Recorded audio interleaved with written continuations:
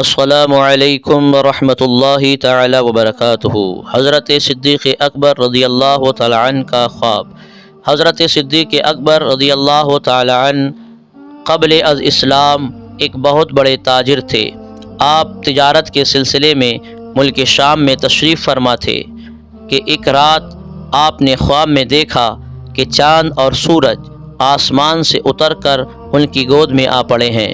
حضرت صدیق اکبر رضی اللہ تعالیٰ عنہ نے اپنے ہاتھ سے چاند اور سورج کو پکڑ کر اپنے سینے سے لگایا اور انہیں اپنی چادر کے اندر کر لیا۔ صبح اٹھے تو ایک عیسائی راہب کے پاس پہنچے اور اس سے اپنے خواب کی تعبیر پوچھی۔ راہب نے پوچھا، آپ کون ہیں؟ آپ نے فرمایا، میں ابو بکر ہوں اور مکہ کا رہنے والا ہوں۔ راہب نے پوچھا، کون سے قبیلے سے ہیں؟ حضرت ابو بکر صدیق نے فرمایا، بنو ہاشم سے۔ اور ذریعہ معاش کیا ہے؟ فرمایا، تاجر ہوں، تجارت کرتا ہوں۔ راہب نے کہا، تو پھر غور سے سن لو، نبی آخر الزماں حضرت محمد رسول اللہ صلی اللہ تعالی علیہ وسلم تشریف لے آئے ہیں۔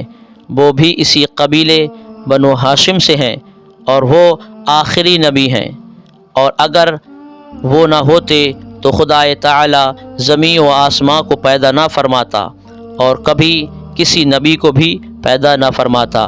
وہ اولین و آخرین کے سردار ہیں، اور اے ابو بکر، تم اس کے دین میں شامل ہوگے اور اس کے وزیر اور اس کے بعد اس کے خلیفہ بنو گے۔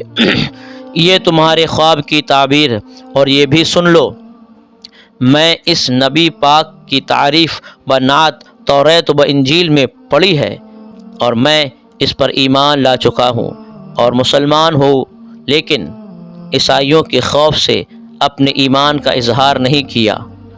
حضرت صدیق اکبر رضی اللہ تعالیٰ عنہ نے جب اپنے خواب کی یہ تعبیر سنی تو عشق رسول کا جذبہ بیدار ہوا، اور آپ فوراً مکہ معظمہ میں واپس آئے اور حضور کی تلاش کر کے بارگاہ رسالت میں حاضر ہوئے اور دیدار پر انوار سے اپنی آنکھوں کو ٹھنڈک کیا، اور حضور نے فرمایا، ابو بکر تم آ گئے، لو اب جلدی کرو اور دین حق میں داخل ہو جاؤ۔